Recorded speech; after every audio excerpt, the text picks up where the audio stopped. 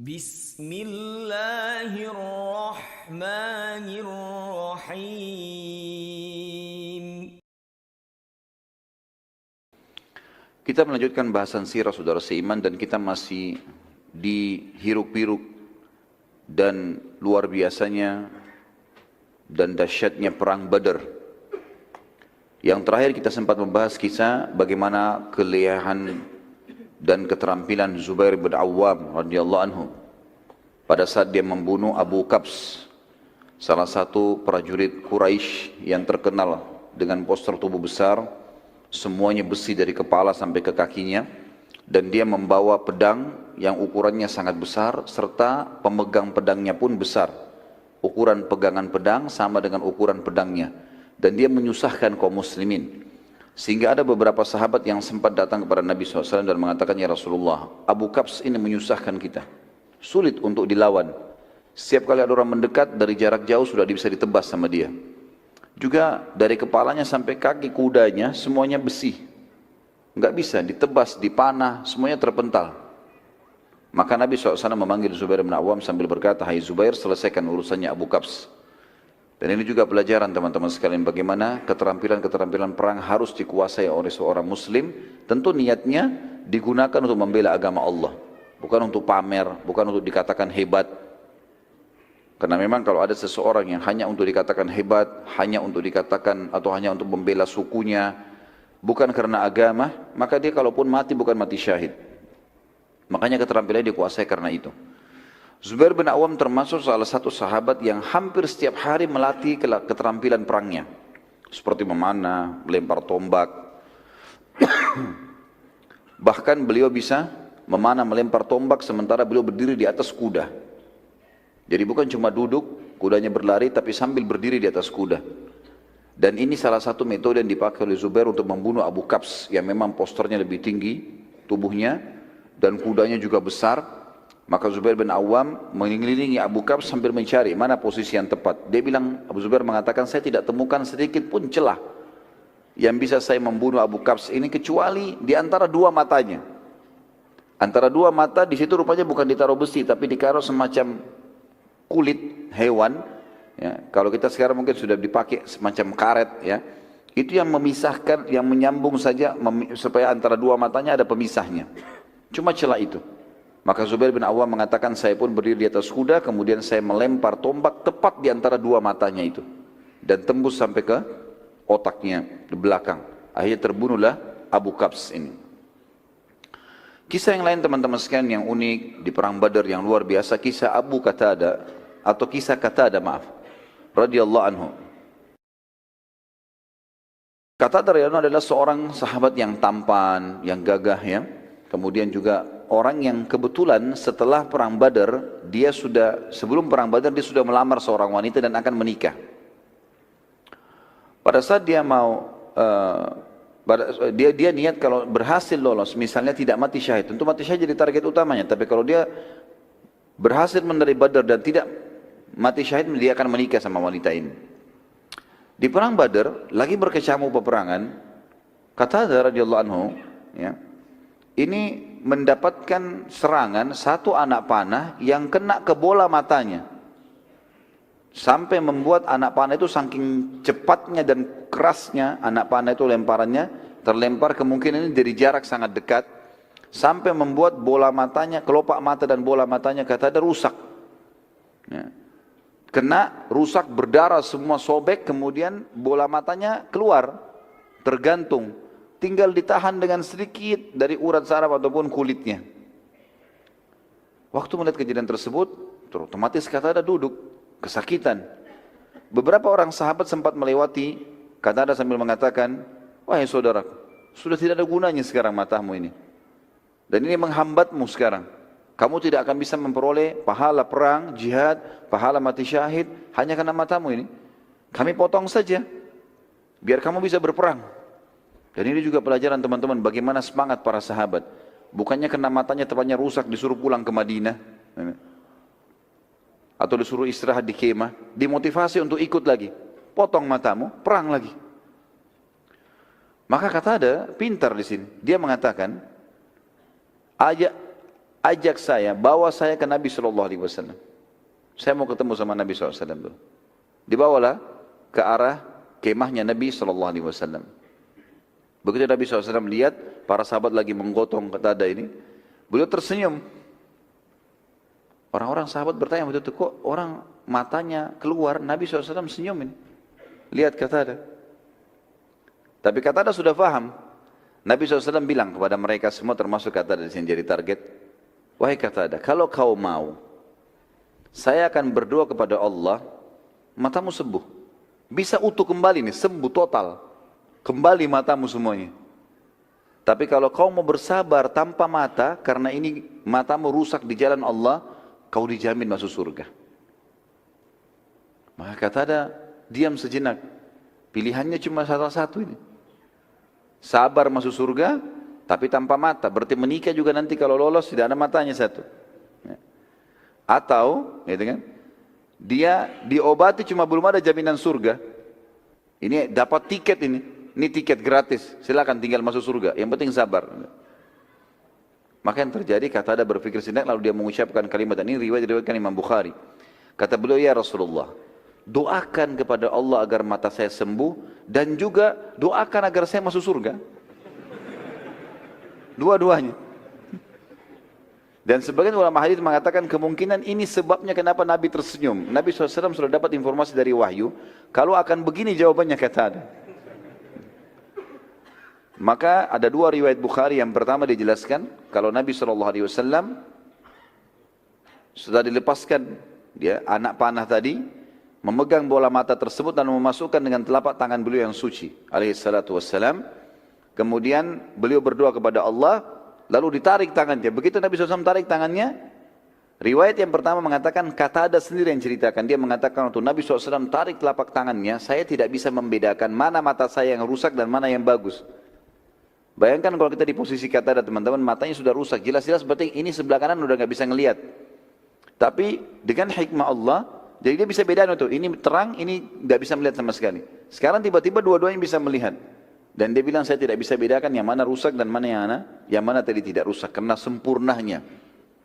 Riwayat yang kedua, para sahabat yang memberikan kesaksian, mereka mengatakan, kami menyaksikan pada saat Nabi SAW menarik telapak tangan beliau dari mata Qatadah, maka kami sendiri tidak bisa bedakan mana mata Qatadah yang rusak tadi.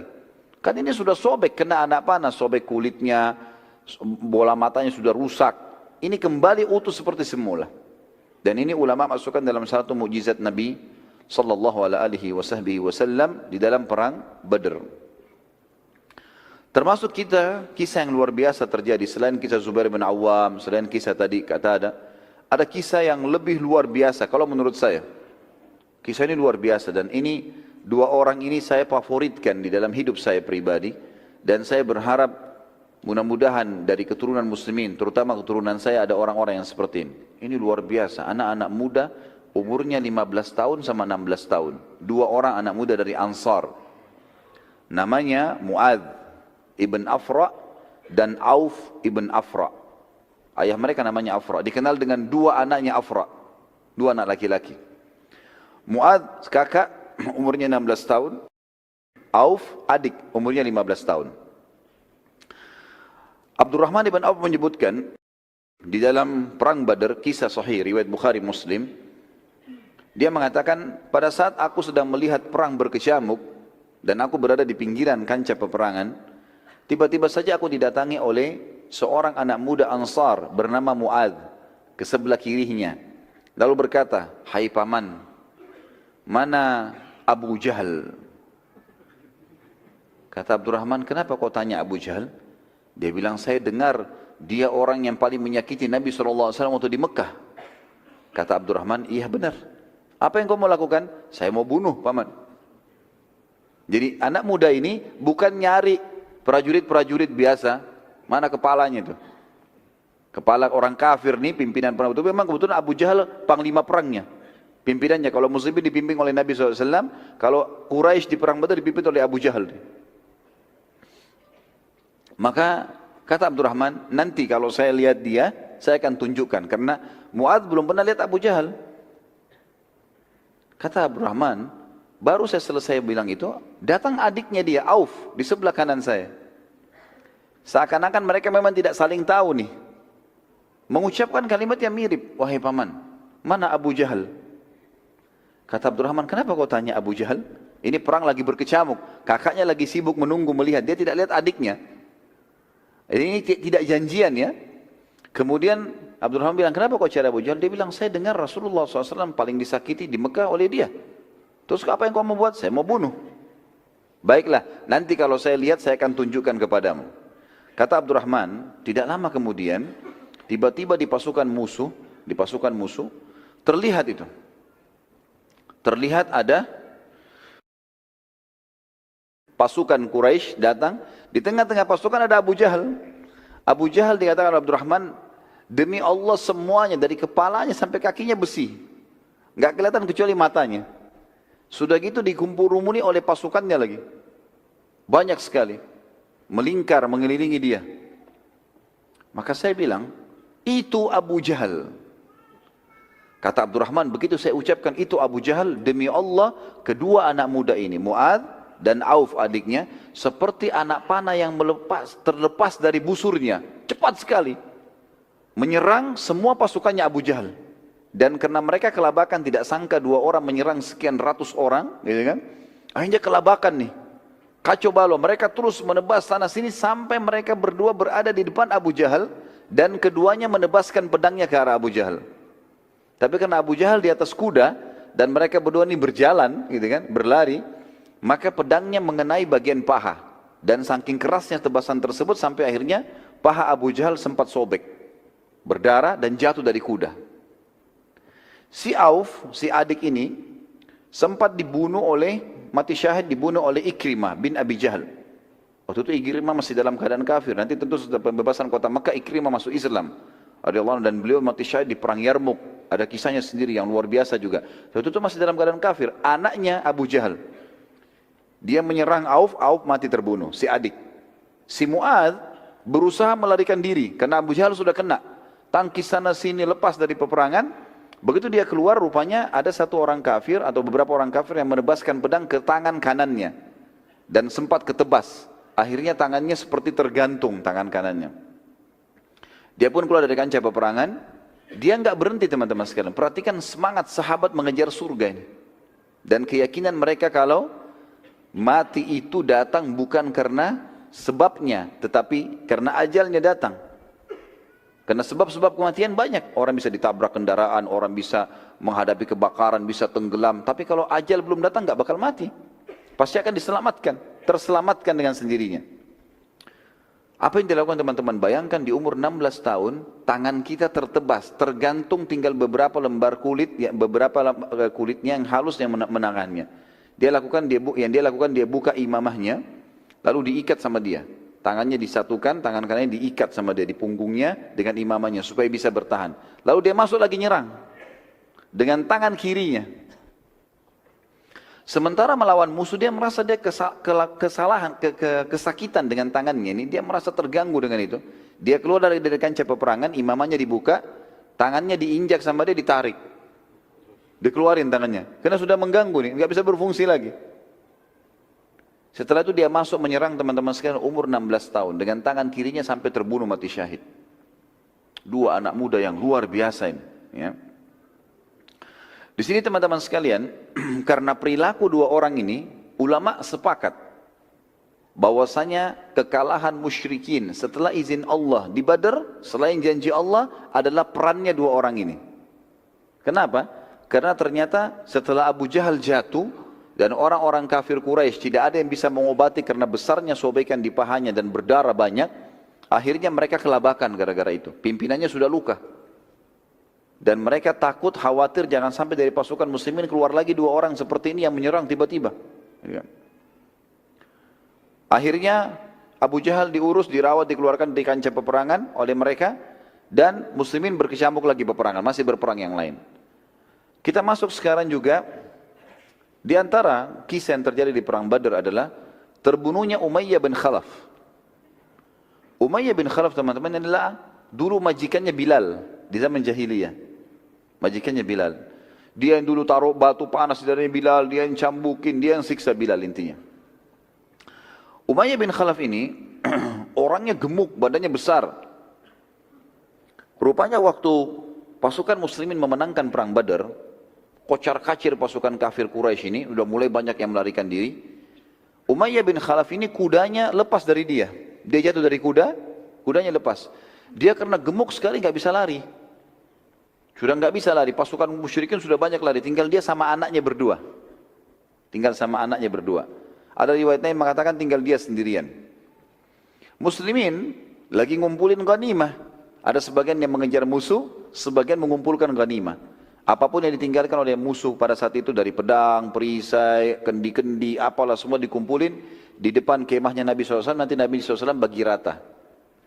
Salah satu yang mengumpulkan ghanimah itu adalah Abdurrahman bin Auf radhiyallahu anhu. Abdurrahman bin Auf ini teman-teman sekalian adalah sahabat Nabi, salah satu yang dijamin masuk surga dari 10 orang.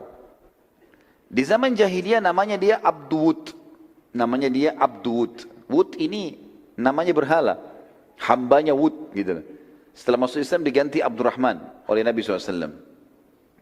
Abdurrahman bin Auf lagi ngumpulin pedang. Dalam hadis Bukhari dia mengatakan, saya lagi ngumpulin pedang, perisai, saya coba angkat semaksimal mungkin yang saya mampu, mau dibawa ke hadapan Nabi SAW. Gitu kan. Tiba-tiba Umayyah, saya melihat Umayyah dari sisi kanan saya dan dia memanggil, wahai Abdud. Dia panggil, wahai Abdud. Ya.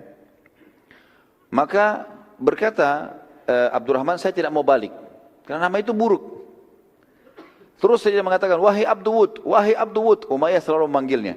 Dan memang Abdurrahman sangat dekat dengan dia pada saat itu, dekat posisinya. Sampai akhirnya dia tidak mau balik, dipanggillah dengan nama lain Abdul Ilah. Ilah adalah Tuhan. Sama kalau kita Abdullah sebenarnya ya. Hai Abdul Ilah. Kata Abdurrahman waktu dia panggil saya itu, saya balik. Saya bilang, ya ada apa? Maka dia bilang, untuk apa kamu mengumpulkan semua itu di tanganmu? Berat-berat, pedang, perisai. Untuk apa? Ini harta rampasan perang, kata Abdurrahman. Kata Umayyah, mau nggak saya kasih kamu lebih baik daripada itu? Kata Abdurrahman, tentu saja. Dia bilang, tawan saya sama anak saya. Nggak usah urus itu. Karena pedang, perisai semuanya dikumpulin, nanti dibagi rata kepada mujahidin. Tapi kalau tawanan perang, dia bawa orang yang dia tawan, itu bisa jadi budaknya dia. Tawanannya dia. Kata Umayyah, tawan saya. Kau tahu posisi saya di Mekah seperti apa? Dia salah satu pemimpin kepala suku di Mekah. Orang kaya raya. Artinya apapun kau minta nanti sebagai tebusan akan dibayar oleh kaumku. Abdurrahman berpikir benar juga nih. Ya. Dilempar semua pedang-pedang itu, dipegang tangannya Umayyah bin Khalaf, dipegang tangannya anaknya. Jalan. Menuju ke kemah Nabi SAW. Di tengah jalan lewat Bilal. Bilal dulu bekas budaknya Umayyah. Dia lihat bahasanya begini. Umayyah bin Khalaf ra'sul kufur. Umayyah bin Khalaf kepalanya orang-orang kafir. Pimpinannya. Demi Allah kalau bukan kau mati saya mati. Kata Abdurrahman, Bilal tawanan saya ini. Jangan ganggu. Gak bisa. Tawawanmu bukan tawananmu saya gak mau tahu. Ini orang jahat ini. Saatnya di kancah peperangan, halal darahnya, boleh dibunuh. Tetap Abdurrahman bilang, hai Bilal, tawanan perang. Bertakwa sama Allah, gak boleh diganggu ini punya saya. Bilal bilang, belum sampai ke Rasulullah SAW. Kalau udah sampai ke kemahnya beliau, Nabi akui, nah itu lain. Selama kau masih jalan ke sana, saya kejar nih. Akhirnya Abdurrahman sama Bilal argumentasi mulut. Ya. Bilal tetap mau bunuh, ini larang. Setiap kali Bilal mau nyerang, Abdurrahman tahan dengan badannya. Bilal bingung gimana caranya bunuh orang ini. Harus dapat cara ini. Rupanya lewat beberapa orang Ansar lagi ngumpulin juga ghanimah. Orang dari asli Madinah muslimin. Dia teriak, hai saudaraku Ansar, kesinilah. Mau enggak membunuh orang yang pernah siksa saya di Mekah dulu? Mereka bilang tentu saja. Ini orangnya ini. Ini.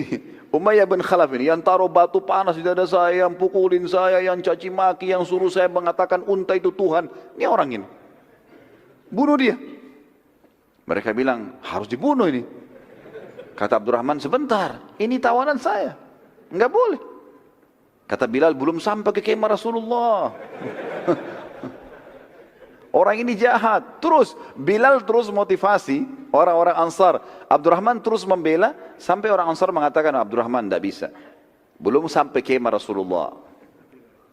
Ini masih di kancah peperangan. Kami punya hak. Orang ini siksa saudara kami. Maka Abdurrahman bingung gimana caranya. Ini sudah lebih dari 4-5 orang. Tadi 1 orang yang dihadapi. Mau dibela bagaimanapun bisa kena.